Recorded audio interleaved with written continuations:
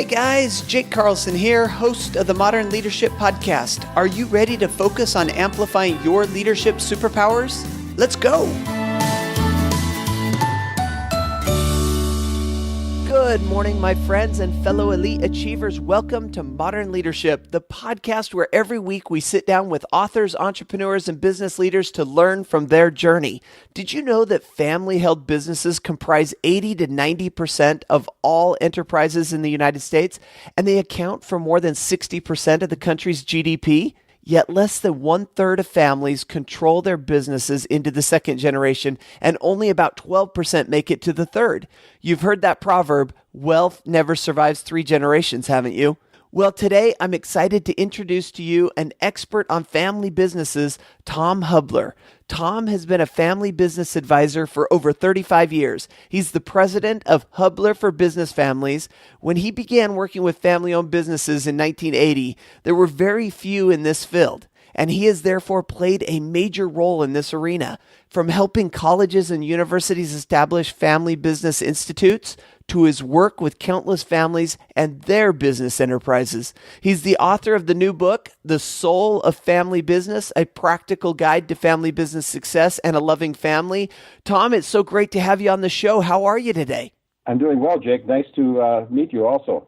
Yeah, it's very great to meet you, and I love this topic. This is something that is so important, and a lot of the listeners of this show have family business or have small businesses that may eventually become family businesses as they pass on through the generations. And so I've been very eager to talk with you. But before we jump into all of that, what did we miss by way of bio as far as who are you personally? I've got 7 grandchildren, and I'm very active with my grandkids, and the oldest is a senior at the University of Wisconsin, and the youngest is 4 years old, so I have quite an age range. So I'm very active with my grandkids, and I'm very active on community boards. I'm active, used to be active at Catholic Charities. I was on their board for 6 years, and also just joined a board called Banyan that is providing leadership programs for inner city kids to help them graduate from high school and then go to college. And it sounds like you are very busy. You've got a lot going on. And I want to take you back to 1980 when you started working on this family business. And like I said in the intro,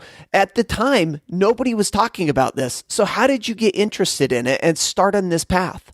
Well, it was sort of an accident. I had gotten a Bush Leadership Fellowship to study organizational development, and I was in Cleveland in 1981 to deliver a paper at a conference, and I accidentally came across an unpublished paper on family-owned businesses, and I read it on the airplane coming back to Minneapolis and said to my partner, who was an attorney, I said, this is a much better blend of our backgrounds. And so we became nationally known in part because it was a family therapist and a lawyer working together, and that's how we got started.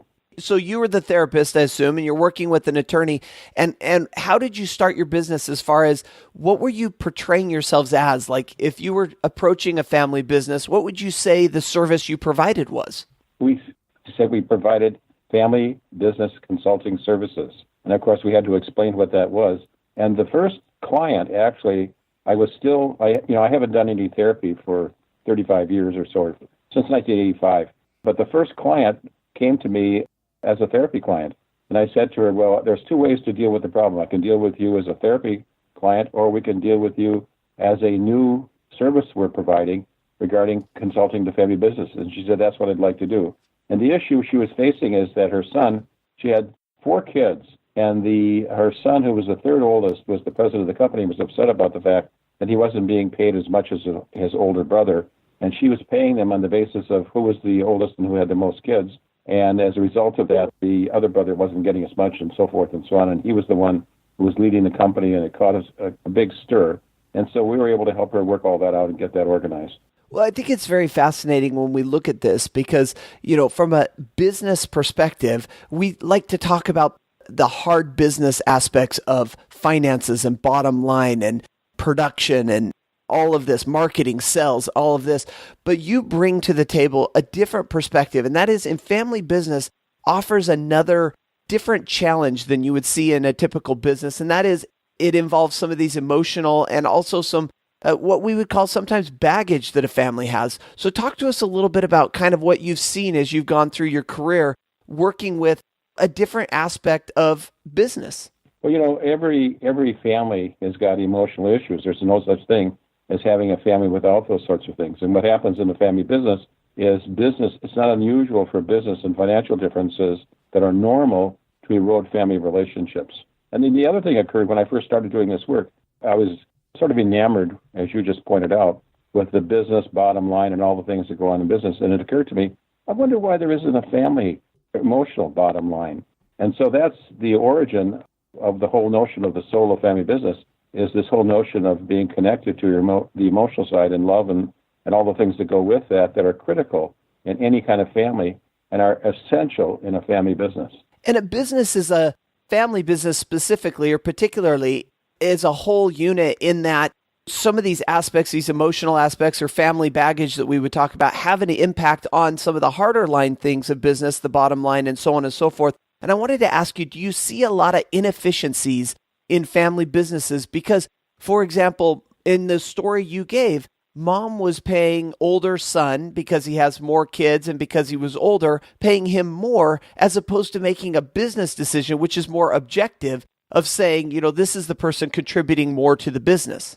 Right. And that happens a lot in family businesses where emotional issues guide what goes on as opposed to clear business practices that are standard operating procedures and should be adhered to in running a business. And does this happen, Tom, because when we start out the business, it starts out small and we can handle everything, maybe as a business owner, we're wearing all the hats. And then as we start to take one hat at a time off, we start to pass it out. And there's not a strategic growth, but more of just this is the emergency I have right now. So I move in that direction. So what happens is, you and I were talking about baseball before we got started. And one of the things that happens is the Minnesota Twins, when they play every day. But if you get to the game early enough before it starts, the umpires and the managers get together at home plate to go over the ground rules so that they know what's going to be fair and what's going to be foul, and there isn't a big dispute in the middle of the game.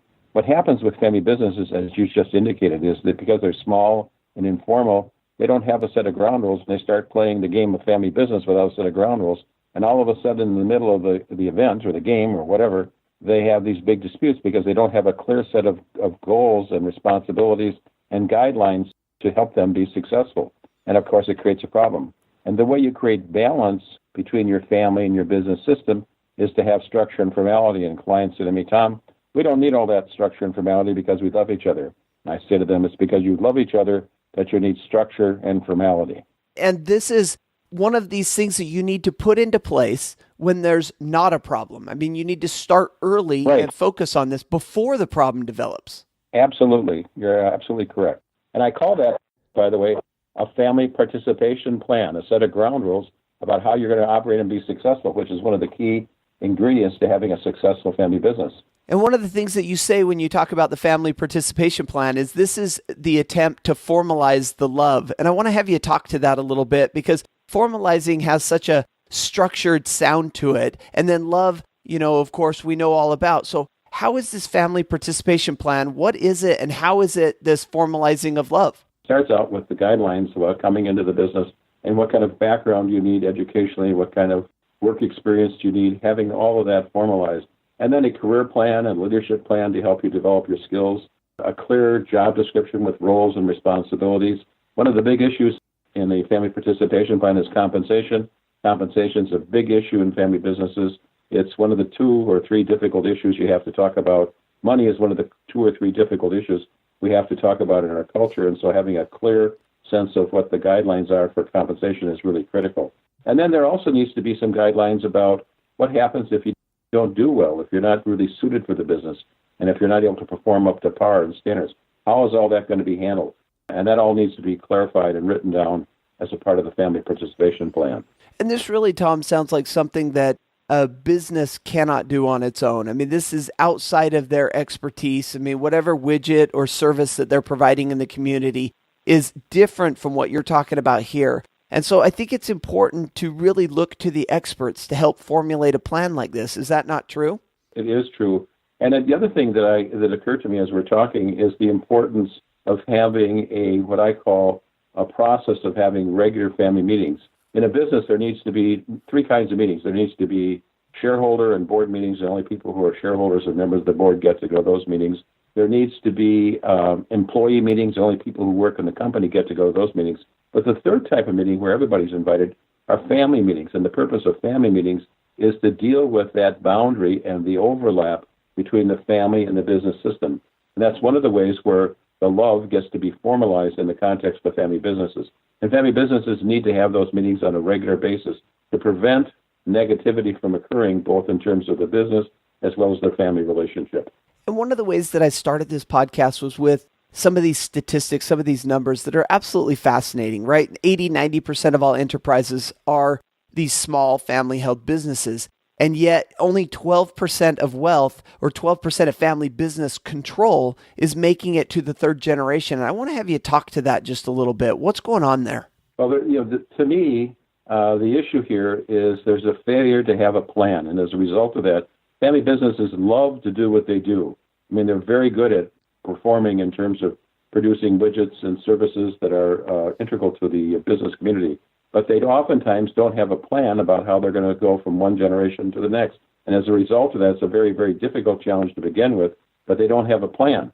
And that's what creates the problem. When I was a junior in high school, I was working in a family-owned grocery store, and the older brother, there were 6 siblings that owned the business, and the oldest brother was the president of the company, and he's a very jocular guy. And he came down the aisle as I was stamping 3 or 3 tins of peas and putting them on the shelf. And he said to me, "What's your plan?" I said, "I don't have a plan. I'm busy putting peas on the shelf." And he said to me again, "What's your plan?" And I said, "I don't have a plan. I'm busy putting peas on the shelf. Like, leave me alone." Well, anyway, he said to me as he walked off, "A plan that isn't working is better than no plan at all." And he left. And I thought, oh, what a dumb thing. Well, I've used it my whole career. So having a plan is absolutely critical in having a successful family-owned business. And there's a lot of avoidance because of all the emotional issues. It's a lot easier to say, well, I'm just going to let this go, and we'll let it go, and we'll let it go. And of course, that's what creates the problem. Yeah, and it's easy to kind of push it to the side, right? Especially in a small business where you're doing so much. I mean, you're maybe as the business is small, you're doing every role in the company, and you're so busy that it's easy to push off these things, and then they just build up, right? They just build to the point where then they break, and then once they break, and then it's crisis planning at this point, as opposed to proactive planning, which is what we're recommending today. That's great. I agree with you about that. All right. Well, one of the things I'd like to focus on for the remainder of our time together, and that is there are 5 secrets that you've identified for highly successful family-owned businesses. And I know we can't go too deep into all of them, but I'd love to identify what they are and talk about them a little bit. So can we jump into the 5 secrets that you've identified? Well, the first one is to honor the boss. And the boss, whenever I mention the boss, everybody thinks I'm talking about their parent. And I say, "Sorry, Mom and Dad." I'm saying this now facetiously. "Sorry, Mom and Dad, I've just demoted you. You're no longer the boss around here." And the real boss is an acronym. And the B is for the business. And how do we take care of the business? Because that's the number one priority. But the O is equally, if not more important. The O is, what do you want for the other about what the other wants? And so if you and I were brothers and working together in business, what do I want for you about what you say you want? And you need to know that I'm committed to helping you be successful. And the idea is that we would have a reciprocal commitment to each other's success. And that's what creates a team, people committed to helping each other be successful. Then the first S is, what do you want for yourself? But it's impossible to have a team if people only think about what they want for themselves. So one of the things that I do all the time with clients is to have a common family vision, which is another sort of secret of a successful family business. And that's where the embodiment of the soul is, because it has to do with your family values and all the things that are positive. And then the last S is, what do you want for the other stakeholders, which I would define as the family as a whole, the employees, the customers, the vendors, the board. So the goal is to create win-win solutions that would honor the boss to help them become a vision-driven family-owned business as opposed to problem-focused. So that's the first real secret, is the common vision. And honoring the boss are the first 2 that I would say. Then related to that is family unity. And family unity is really, really, really important. But the question is, how do you create family unity? Yeah, what is family unity? So the first thing that I was taught when I was younger was that the way you create family unity is to compromise. And when I compromise, I feel terrible, and so I don't recommend compromising. And then the other thing I was taught from a religious perspective was that if we wanted to create unity in the family, you had to give things up. And when I give things up, I feel worse than when I compromise. So I don't recommend that either. But on the other hand, when I go to church on Sunday and they pass the plate and I have to reach way down in my pocket to get some money out, and put it on the plate. I feel good about that because I know I'm furthering the common good. And no one is ever going to get 100% of what they want in a family-owned business. So everyone is going to be called to make a contribution to the common good out of their love, their generosity, their sense of abundance, and the trust that if I make a contribution now, other members of the family will do it when their turn comes. Yeah, and I think you've brought up some great stuff here that I want to make sure that we touch on. Starting with this idea of the boss. And I think it flows very well into the next two that you talked about, because it's not just what the business needs. It's also taking into account the stakeholders, yourself, others. So you have that, but you have this overall guiding principle, this vision. And then I think that rolls into what you just explained, which is so important. The family unity is furthering this collective mission. It's really taking the vision that you identified in secret number 2 and pushing it forward, but within the context of honoring the boss or, supporting the boss. So I really wanted to bring that out real quick.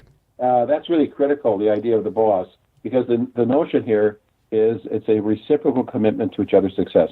Now, there are some synonyms that I didn't mention. I think we can get into it, but there's some synonyms for the O part of the boss. And one of them is called psychic energy. And there's a guy named Mihaly Csikszentmihalyi who wrote a book called Finding Flow. And there are 3 things that create flow in people's lives: work, active leisure time, and relationships. And when he was talking about family relationships, when he was talking about relationships, he was talking about family relationships. And here's what he said. He said, families in today's environment cannot survive without the regular infusion of psychic energy.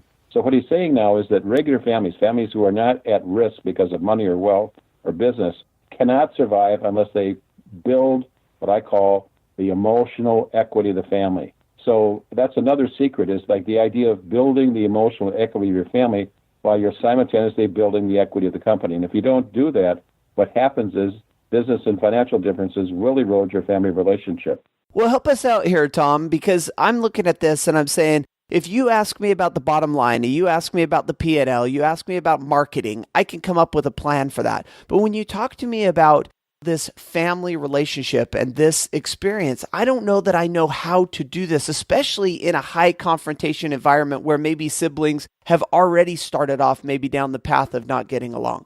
Well, that's another thing that's really important, which is what I call forgiveness, which is an integral part of any successful company. And what I've learned over the years is that, family businesses need to take what they learn on the weekends on Friday night or Saturday or Sunday and bring it into the rest of their week, which includes forgiveness.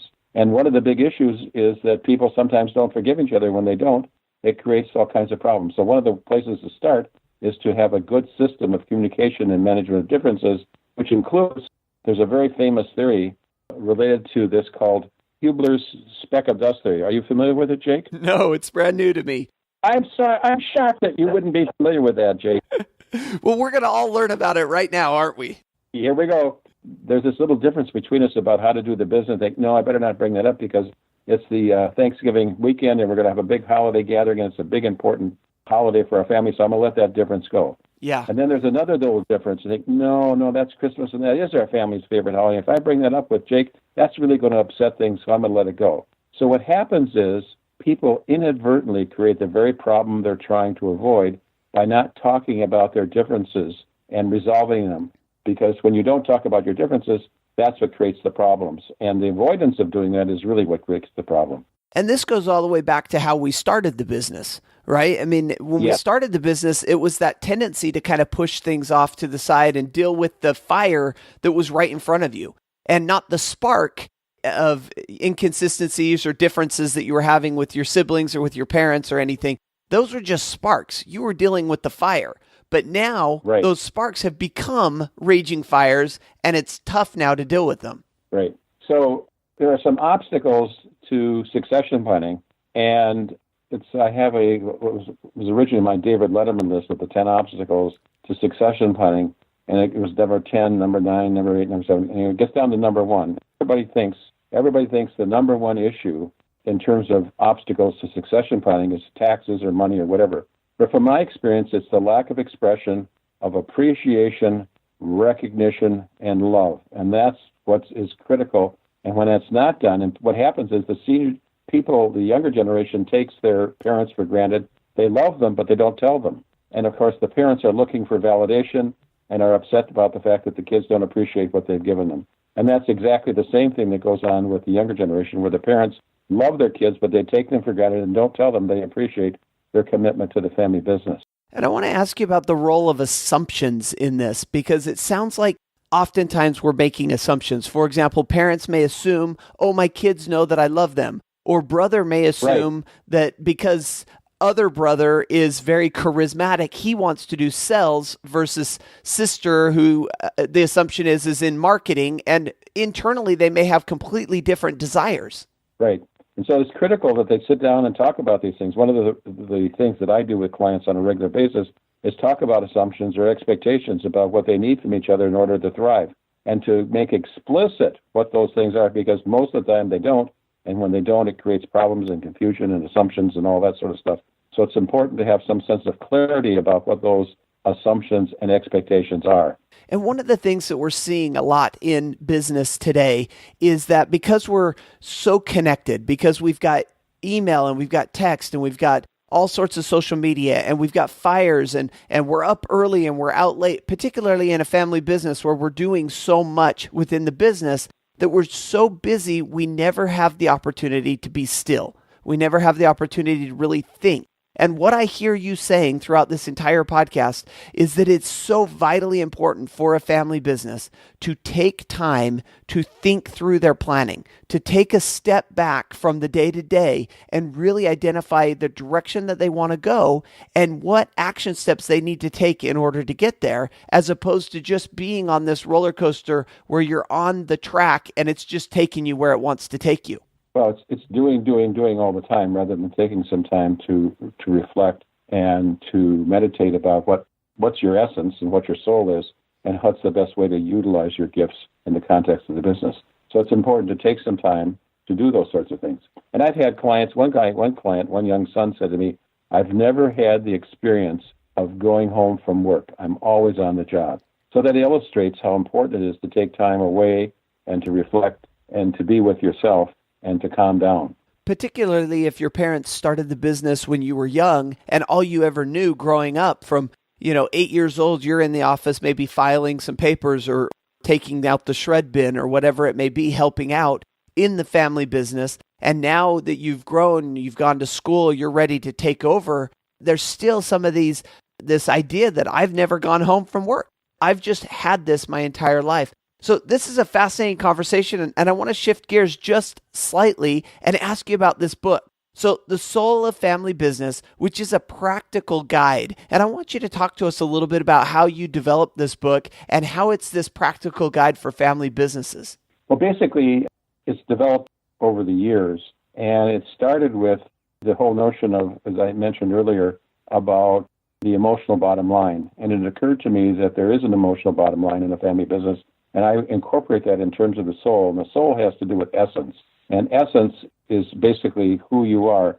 And the same thing is true in a family and business. And the essence of a family business is embodied in its family values and all the things that happen. So based on people's family values and the values they want to see, family values that they would like to see perpetuated in their business, we create a common vision that allows them to create their soul and to manifest that. And then if you can imagine an 8.5 by 11 sheet of paper at the top would be the Jake's common family vision at the top. And then below that would be a family prayer. And the family prayer is, may our family be filled with loving kindness, may our family be well, may our family be peaceful and at ease, and may our family be happy. And what I'm trying to do with clients in that instance is basically use their mind to create what they want. It's like high-performance athletes use their mind all the time to create what they want. And so the idea is that little family prayer is designed to do that. And then on your sheet, the next item down would be Jake's common family vision. And every day you would recite the common family vision, the prayer for loving kindness, and your individual vision. And then below that would be the other members of the families, if it was you and I who were in business together, would be my individual vision put in the third person. And every day you would kythe to me, K-Y-T-H, kythe to me that which I want. It's sort of a synonym for the old part of the boss. And kything is a Scottish word, That means connecting at a spiritual level. So every day that we would tithe together. So on the basis of that concept, the concept of soul, the next part of the book is basically what are the things you need to do to perfect your soul, to have all of that. Well, it includes a system for communication and management of differences. It includes a system for structure and formality. It includes a system for family participation. It includes a system for managing differences and good communication. It includes a system for legacy and your gift to the future. Legacy, I would define as your gift to the future to help others find success, are the central tenets of the book. And it's written in a case study format where you actually take a look at companies and actual experiences and not just theoretical, but actually practically show how this has worked in business. Yeah, I forgot to mention the most important thing. There are numerous case studies that illustrate the concepts that I just had mentioned. So it makes it very easy for people to understand. And the book is written in a very easy-to-read system. It's not that esoteric and difficult to read. And with the case studies, it makes it very easy for people to implement these concepts in their own family businesses. And in the outro to this episode, I'm going to share just a little portion of the book that I found absolutely fascinating, where the father and the son are sitting in the hot tub in the evening having a conversation. And I'm going to share that in the outro.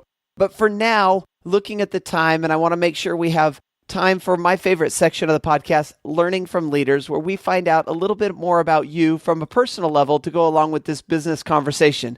Are you ready? Yep. All right, first question then. The book currently on your Kindle or bedside table, what are you reading today? It's Good and Mad. It's a book by a woman, Rebecca Traister, and I heard her being interviewed on Minnesota Public Radio. And I'd never read a book about feminism before. So it's a book about feminism and what causes women to be angry and how they deal with their anger. And what was really fascinating for me is to understand that the women's movement was working simultaneously with the abolitionists back in the 1800s. And I didn't know anything about that. And it is a fascinating read that I'm enjoying a lot. Yeah, I was reading the book a month ago, Give and Take by Adam Grant, and it talked about that same women's movement working hand in hand with the abolition movement and some of the fascinating backstory behind it. So that's a great recommendation, Good and Mad. How about your leadership superpower? I'm an inspirational leader. And I took your survey, and that's what it came up as, an inspirational leader. And what does that mean to you? Well, I basically try to help people understand what their gifts are and inspire them and to help them embrace those gifts and in doing so, help them be successful. Yeah, and I love that, inspirational leader, and I can see that, somebody who's worked with families for 35 years, and you're not just working on the business, you're working on one of the most important parts, if not the most important part of the business, and that is the business's soul. Of course, you're referring to the Leadership Superpower Assessment on jakeacarlson.com/superpower, where you can take a free assessment and find out which of the 5 leadership superpower traits that you lead from. I appreciate that one, Tom. The next question for you is a motivational quote, philosophy, or mantra, something that you live by. This is a poem that I've learned a long time ago. It's called Friendship, but it could just as easily be called Family. And it goes, oh, the inexpressible comfort of feeling safe with a person, having neither to weigh thoughts nor measure words, but throwing them all out, shaft and grain together, certain that a faithful hand will keep what is worth keeping, and with a breath of kindness blow the rest away. So that's sort of my mantra, and that's what I try to create with the clients I work with. And that's how I like to operate my life, according to those principles. And you can see that that's like rocket fuel for the business, right? I mean, when you have family members treating each other with that level of respect and understanding and, mutual drive towards the vision, that's like rocket fuel for your company. So that's I love that poem. It's a great little poem. The other thing I want to mention, I've been thinking about this, is the research on family businesses is that when the family is in harmony, it goes straight to the bottom line, and that they're more profitable and more successful. And there was a guy named Ed Hoover who did some research on pro sports teams that found that when the family that owns a pro sports team is in harmony, the team that they own does better on the field. That's really fascinating. I heard a quote just a couple of weeks ago from Nikola Tesla that basically said, if you want to understand the world, you need to understand vibration, frequency, and energy. And, I believe in this, that when you come into an environment, a work environment, and there's harmony, that everybody's getting along, there's that energy, those who come into the environment, whether they're employees or whether they're coworkers or whether they're customers or clients, they can feel that energy and they want to be a part of it. But when you walk into a room and you feel that negative energy, you feel that there's conflict, you can't help but also feel that in your gut as well. And so I would agree with you on that one completely. And our final question then, Tom, is the book that you most often gift to friends, family, or colleagues? It's called Let Your Life Speak by Parker Palmer. And Parker Palmer is a Quaker person who is one of the top people in the country in education, but he formed a center called the Center for Courage. And his book talks about how to develop an understanding about what your gifts are and what your calling is, and how all the things that take you away from that in terms of your family or the culture or your education. But the idea is to figure out who you are and understand who you are and use your life as a template to understand that. It's one of the best books I've ever read. It's just a little book. It's not very thick, but it's just chock full of positive information. And you got to start with you. I mean, all this that we've been talking about, we've got individuals listening to this podcast. And individuals, they could be the business owner. They could be one of the business participants. They could be a future business owner, business leader. But they're individuals listening. And that's where we got to start. We got to start individually with knowing who we are, the direction that we want to go. We want to take an introspective look at ourselves and then work with those around us to help unify the family or unify the company that we're working for and take them to the next level. Tom, this has been a great conversation. And I'm very excited. Tess sent me a copy of the book. I've got a copy now on my Kindle that I can read through. I've already started, and there's some wonderful stuff in there. Before we let you go, how can we find out more about you and pick up a copy of this book? Well, the book's on sale at Amazon, Barnes & Noble, and Itasca Books. You can get copies there. And my website is www.hublerfamilybusiness.com, or you can contact me there. Well, wonderful. And we'll make it easy for the listeners. We'll put everything on the show notes for this page, and then they can go and check this out. This is such a fascinating topic, and I really appreciate you coming on, Tom. It's been my pleasure. I've really enjoyed our conversation and the discussion.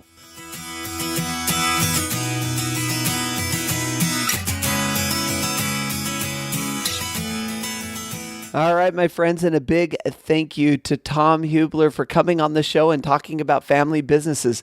Family business has been on my mind throughout my entire life. I've always kind of had this desire to have this business that I could work with my kids, and I fully intend, as I move forward in life, to have this experience. Now, I promised during the episode that I would share a little bit from this book that I found funny. I was chuckling with it last night with my wife, and that is, the story goes that a father and son are sitting in a hot tub on a Friday evening. The father says, I'm sorry things haven't worked out in the family business, but I'm going to have to let you go. I'm shocked, says the son.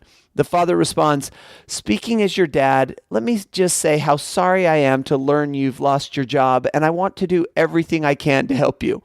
This is interesting when we look at the family dynamics within the business, because there are business decisions that need to be made. There's bottom line decisions that need to be made, but we're dealing with people that we love, people we respect, people that we want the best for.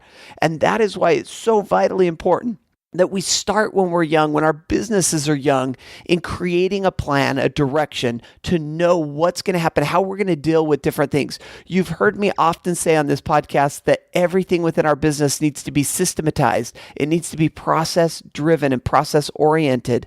And the same goes for our relationships with our families. It needs to be discussed. It needs to be planned for, because when things blow up, when things go wrong, it's already too late to put the systems and processes in place. But if you do it before the emotion gets there, well, then you're ready for anything. Of course, everything we talked about on this episode of the podcast can be found at jakeacarlson.com/ML119119 is the episode number. And until next week, I want to wish you the very best of days, an even better life. And of course, remember, everything is figure-outable.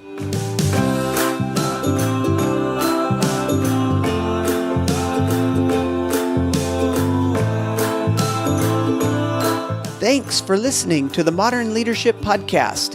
You can find me on Facebook at Speaker Jake, on Twitter at Jake A. Carlson, and of course the website, jakeacarlson.com. See you there.